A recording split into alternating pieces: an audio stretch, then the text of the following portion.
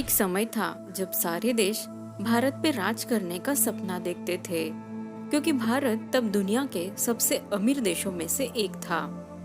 भारत देश शुरुआत से ही संपन्न रहा है और हमारे देश को सोने की चिड़िया कहा जाता था।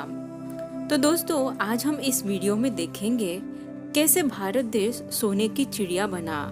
भारत शुरू से ही कृषि प्रधान देश रहा है और साथ ही में मसाले, कपड़े, कपास और लोहे का एक बड़ा निर्यातक देश भी रहा है। भारत मसालों के व्यापार में विश्व का एक बड़ा देश था। हर एक देश भारत के साथ व्यापार करना चाहता था। उस दौर में विदेशी व्यापारी यहाँ आते थे और हमारी वस्तु लेकर बदले में सोना दे जाते थे। इसकी वजह से भारत में सोने की मात्रा सबसे ज्यादा बढ़ी। भारत को सोने की चिड़िया कहने वाले पहले राजा थे राजा विक्रमादित्य। उन्होंने धर्म के रक्षा के साथ साथ प्रजा का रक्षण और आर्थिक स्थिति का भी ख्याल रखा। कहा जाता है कि एक वक्त ऐसा था कि भारत के हर घर में एक लघु उद्योग हुआ करता था। इससे बाहरी देशों में हुए व्यापार से हमारे देश में इतना सोना हुआ करता था जितना दुनिया के किसी भी देश में और घर में नहीं था।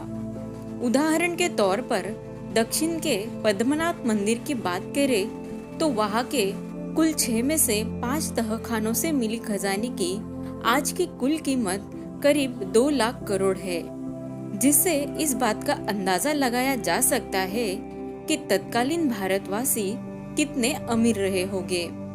स्कॉटिश इतिहासकार मार्टिन लिखते हैं कि वो भारत देश ही था जिसने दुनिया को कपड़ा बनाना और पहनना सिखाया। जब इंग्लैंड के निवासी जंगली जीवन बिता रहे थे, तब भारत में सबसे बेहतरीन कपड़ा बनता था और दुनिया में बिकता था। हमारे नालंदा और तक्षशिला में उस समय दुनिया भर के विद्यार्थी पढ़ने आते थे। प्राचीन भारत में खगोल विज्ञान भी काफी उन्नत था। आज पूरी दुनिया कोपरनिकस को सूर्य और पृथ्वी के बीच का अंतर बताने का श्रेय देते हैं, लेकिन आज ये बात पूरी दुनिया भी मानती है कि हमारे वेदों सहित कई प्राचीन साहित्यों में अचूक खगोल शास्त्र बहुत पहले ही बताया जा चुका है और कोपरनिकस से सैकड़ों साल पहले ही भारतीय वैज्ञानिक आर्यभट्ट ने पृथ्वी और सूर्य के बीच का अंतर बताया था। अमीर होने के साथ साथ हम भारतीय धार्मिक वृत्ति के थे और लोगों की भलाई करने पर विश्वास रखते थे और घर आए मेहमान को भगवान मानते थे। लेकिन हमारी यही समझ हमारी कंगाली का कारण बनी। हमारी इसी नीति और स्वभाव का फायदा उठाकर इस सोने की चिड़िया पर लोगों ने बार बार आक्रमण किया और यहाँ की दौलत को लूटकर अपने देश ले गए।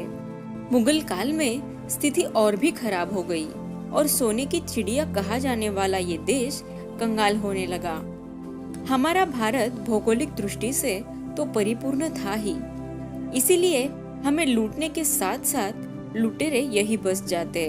फिर भी अंग्रेजों के आने से पहले भारत की व्यावसायिक स्थिति मजबूत ही थी, लेकिन व्यापार करने के बहाने से अंग्रेज भारत आए और आगे क्या हुआ ये हम सबको पता है। हमारे देश की एक और नायाब चीज थी जिसे अंग्रेज ले गए, वो था कोहिनूर हीरा। कहा जाता है कि दुनिया में हर चीज को एक कीमत होती है, लेकिन कोहिनूर हीरा एक ऐसी चीज थी जिसकी कीमत आज तक कोई नहीं लगा पाया और इस हीरे के मालिक थे महाराजा दिलीप सिंह। कहा जाता है कि सन 1849 में ब्रिटिश और सिखों के बीच एक भयंकर लड़ाई हुई थी, जिसके बाद British governor general Lord Dalhousie और महाराजा दिलीप सिंह के बीच लाहौर का समझौता हुआ था, जिसमें कोहिनूर हीरा ब्रिटेन की रानी को सरेंडर किया गया। कोहिनूर मिलने के बाद ब्रिटिश गवर्नर लॉर्ड डलहौजी ने कहा था कि कोहिनूर सदियों से भारत पर विजय का एक ऐतिहासिक प्रतीक रहा है। ऐसी बहुत सारी बातें हैं जो जानकर हमें भारतीय होने पर गर्व होगा, लेकिन ये सारी बातें सिर्फ 5 मिनट में बताना संभव नहीं है। आज हमारा देश संपत्ति के मामलों में बाकी देशों से भले ही पीछे है, लेकिन हमारी भारत के इस सुवर्ण इतिहास को जानकर हमें गर्व महसूस होना चाहिए।